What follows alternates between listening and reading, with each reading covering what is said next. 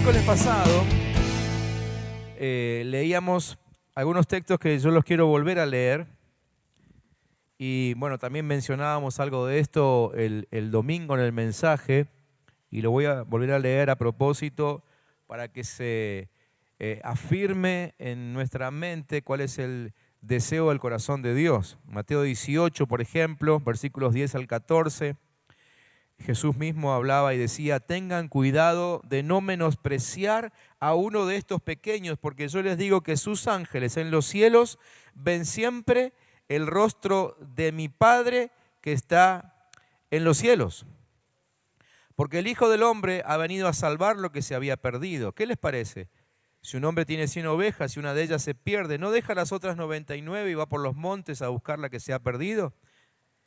Si llega a encontrarla, de cierto les digo que se regocijará más por aquella que por las 99 que no se perdieron. Del mismo modo, el Padre de ustedes que está en los cielos no quiere que se pierda ninguno de estos pequeños. Y Lucas 15, sobre la misma historia, sobre el mismo relato, agrega que cuando la encuentra, gozoso la pone sobre sus hombros y al llegar a su casa reúne a sus amigos y vecinos y les dice: alégrense conmigo porque he encontrado la oveja que se me había perdido. Les digo que así también será en el cielo. Habrá más gozo por un pecador que se arrepiente que por 99 justos que no necesitan arrepentirse. El miércoles pasado también hablamos de la palabra consolidar, ¿sí? Y dijimos que consolidar está siendo y seguirá siendo una palabra que vamos a usar mucho, porque consolidar tiene que ver justamente con el pastoreo que esas ovejas perdidas necesitan. Consolidar significa dar firmeza, solidez, afianzar, fortalecer, sostener, todo eso significa consolidar. Y tenemos que meternos en la cabeza que esta es la actitud que Dios quiere para con aquellos que nos rodean. ¿Sí? Necesitamos consolidar a los que nos rodean. Esto no es tarea solamente de los líderes. Todos estamos capacitados por Dios para meternos en la consolidación. Nos vamos a equivocar, pero con seguridad. Aún nosotros nos seguimos equivocando, y a veces mucho, y más allá de lo que quisiéramos. Pero no hay forma de consolidar a alguien si no es comenzando, arriesgándose y aún cometiendo algunos errores. El Señor los va a cubrir si ve que lo hacemos con amor y que lo hacemos con mucha pasión, ¿sí? Así que arriésguense y busquen pastorear a los que están a su alrededor. Cuídenlos, ¿sí? Ahora, hablando de consolidar, creo que es importante aprender algunas cosas que vemos en Dios mismo cuando Él consolida, porque ya sabemos que el gran pastor es Jesucristo mismo, ¿no es cierto? Y hay algunas cosas que tenemos que aprender de Él mismo para que nuestra consolidación también sea efectiva, como cuando consolida Él. Por ejemplo, en primer lugar, tenemos que grabarnos en nuestra mente y en nuestro corazón que Dios tiene un alto valor o le da un alto valor a las personas a la hora de pastorear, ¿sí? Es decir, Dios no negocia la vida de nadie ni por programas, ni por estructuras, ni por costumbres. Es decir, las iglesias solemos tener programas, solemos tener estructuras y solemos tener costumbres, solemos hacer cosas a veces, muchas veces sin preguntarle a Él si hay que hacerlo. Lo hicimos una vez, como funcionó, lo seguimos haciendo. Dios no negocia las almas, Dios no negocia las personas, ¿sí? Si hay necesidad de borrar un programa, de borrar una estructura para que una persona conozca a Cristo, Dios lo va a hacer. ¿Por qué? Porque Dios le da el valor más alto en su escala de valores a las personas. No hay nada que le importe más que las personas, ¿sí? Entonces, por esa razón también es que, y me voy a hacer cargo de lo que voy a decir ahora, pero vemos por ahí que muchos se autonombran líderes, pastores, cosas así, y la verdad es que terminamos viendo que son personas que no cuidan a las almas, que no cuidan a las personas, y terminamos entendiendo entonces que Dios nunca las puso. No las puso Dios. Porque Dios primero te va a poner a administrar cosas que se pueden perder. Podés practicar con cosas que Él te da todos los días. Pero jamás te va a poner sobre una persona si primero no demostraste que sos fiel en lo poco. Cuando seas fiel en lo poco, Dios te pondrá sobre mucho. ¿Y qué es lo mucho en la escala de valores de Dios? Las personas. ¿Sí? Entonces tenemos que aprender este primer principio de consolidación, que no puede haber nada más importante que la vida de una persona. ¿Sí? Y que cualquier cosa tiene que ser corrida del camino para que una persona sea alcanzada por la palabra de Dios. ¿Sí? Siempre lo hicimos así, no corre cuando se trata de atender a una persona. ¿Sí? ¿Se entiende esto? Necesitamos aprender a valorar a la gente como lo hace Dios. Segunda enseñanza de cómo consolida a Dios. Dios es muy meticuloso a la hora de consolidar.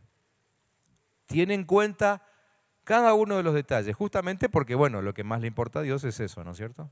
Entonces Dios es muy meticuloso, Él tiene mucho cuidado de las personas, de su entorno, de su hogar, de la tierra, de la iglesia, ¿sí? Dice la primera carta de Pedro, capítulo 5, versículo 2, cuiden como pastores el rebaño de Dios que está a su cargo, no por obligación, ni por ambición de dinero, sino con afán de servir como Dios quiere. ¿Sí? Es decir, Dios cuida cada detalle y entonces a la hora de consolidar, cada detalle cuenta. Por eso es que no podemos salir a pastorear a la gente con nuestra vida hecha un desastre. ¿Sí? ¿Por qué? Porque cada detalle cuenta.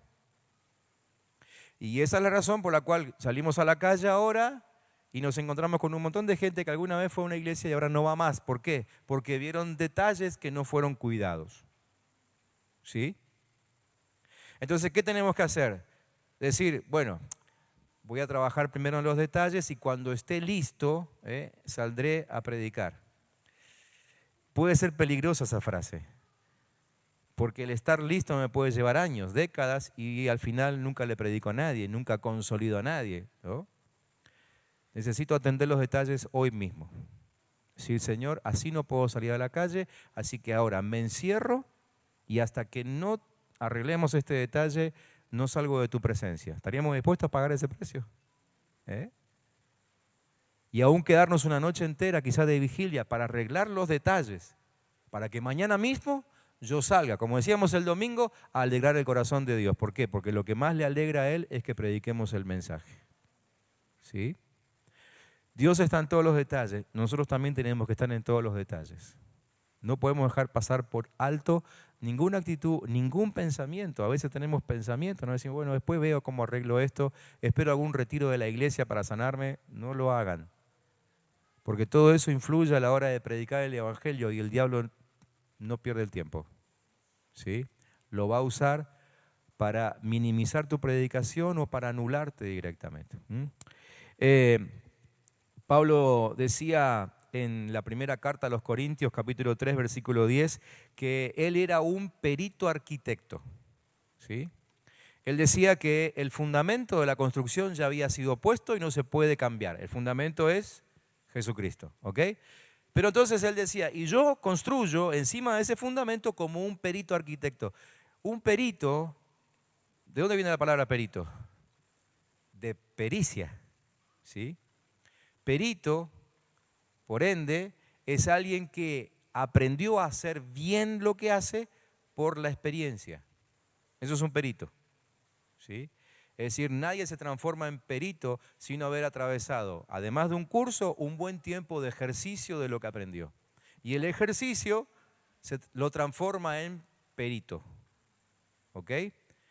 Entonces, en lo que hacemos necesitamos ser peritos, es decir, necesitamos crecer en nuestra experiencia para que cuanto antes seamos una especie de especialistas en la predicación del Evangelio.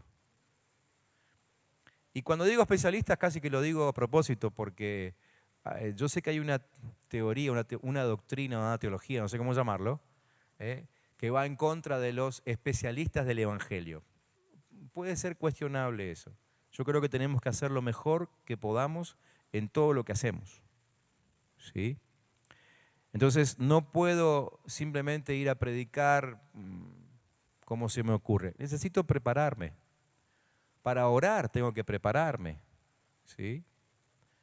Es decir, cuanto más preparación le meto al asunto, mejor entrenamiento tengo. ¿Sí? Entonces, en este tiempo no solamente estemos orando por la gente, preparémonos para predicar mejor. Busquemos los mejores recursos. Preguntémosle a los que ya nos llevan años de ventaja cómo predican ellos. Seamos enseñables. La multiplicación tiene que ver con eso también, con permitir que otros nos enseñen. Tercero, Dios a la hora de consolidar mueve todo su arsenal a favor de los perdidos. ¿Sí? Y hay una forma de resumir todo el arsenal de Dios con una sola palabra. Y ese arsenal se puede resumir con la palabra cielo. Dios mueve el cielo entero con tal de que un perdido se encuentre con Él. De la misma forma nosotros vamos a hacer todo lo que está a nuestro alcance, mover todos los recursos que tenemos para alcanzar a los perdidos. Por eso vamos a invertir un dinero muy importante en la próxima campaña, ¿sí? Pero vale la pena. Y usé la palabra inversión, ¿sí? Y no gasto. Ya saben lo que significa. Hebreos 1:14 dice algo interesante, de que no sé si ustedes lo notaron en Mateo 18 cuando lo leímos. En Mateo 18 aparece el mismo concepto y no sé cuántos de ustedes se dieron cuenta. Ahora en Hebreos 1:14 no lo vamos a percibir. Porque dice Hebreos 1:14, ¿no son todos los ángeles espíritus dedicados al servicio divino, enviados para ayudar a los que han de heredar la salvación? No sé si se dieron cuenta, pero Mateo 18 habla de los ángeles. Y dice, cuando habla de los pequeños, dice, porque sus ángeles, no los ángeles de Dios, los ángeles de los pequeños, ven siempre el rostro del Señor. O sea, cada uno de los que hoy están perdidos tiene asignado un ángel de parte de Dios, como dice Hebreos 1:14, para que trabajen en su salvación. Dice que les fueron asignados para ayudar a los que van a heredar la salvación. Van a heredar, todavía no la heredaron. Vos y yo ya la heredamos porque ya conocimos a Cristo. Los que van a heredar son los que todavía no tuvieron un encuentro con Cristo. ¿Sí?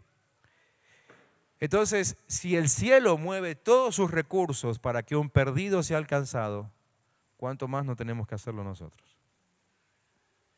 Cuarto, Dios en su consolidación no pierde de vista el objetivo. Y hace mucho tiempo que aquí venimos diciendo, no nos distraigamos. No nos distraigamos. Hay muchas cosas para hacer, pero quizás hay una sola que es importante, y es alcanzar a los perdidos. ¿Sí? Esperamos que nunca nos vayamos de ese objetivo y creemos que todo lo que hemos implementado en esta congregación tiene que ver con eso, con alcanzar a los perdidos. Pero tenemos que orar aún y pedirle al Espíritu Santo de Dios que nos ayude a concentrarnos en el objetivo y que nada de lo que hacemos aquí tenga como propósito otra cosa que no sea restaurar al perdido. ¿Sí? Mateo 15:24, Jesús es el que está hablando, decía, yo no soy enviado sino a las ovejas perdidas de la casa de Israel. ¿Sí? Así que Jesús se concentró básicamente en los judíos. Por eso el día que se le acercó una mujer que no era judía y le pidió por su hija, que no recuerdo si estaba enferma o endemoniada, bueno, en definitiva no estaba sana, ¿se acuerdan lo que le dijo Jesús? Jesús le dijo, no está bien sacarle el pan a los hijos para dárselo a los perros. O sea, la estaba tratando de perros. ¿Sí? ¿Por qué dijo eso? Porque él tenía bien en claro que su mensaje en ese momento era para los judíos. Ese era su objetivo. No quiere decir que sea el objetivo general de Dios, porque después vemos como Dios mismo, Dios Padre, va ampliando el Evangelio hasta que todo el mundo es alcanzado con el Evangelio. Pero Jesús vino con el objetivo de, primero, los judíos. ¿Sí? Necesitamos concentrarnos en nuestros objetivos claros, en nuestro objetivo. Y quinto, tenemos que tener un fuerte pensamiento de éxito, un fuerte pensamiento de cero pérdida, ¿sí? Es decir, necesitamos ejercitar nuestra fe y creer que realmente la multiplicación viene, creer que realmente mi vecino se va a convertir, creer que realmente el evangelio va a llegar a toda mi familia, ¿sí? Creerlo, declararlo, predicarlo, anunciarlo. Porque todo eso va haciendo que mi vida entera, mi cuerpo, mis emociones, vayan detrás de un objetivo. ¿Cuál es el objetivo? Que todos conozcan a Jesucristo.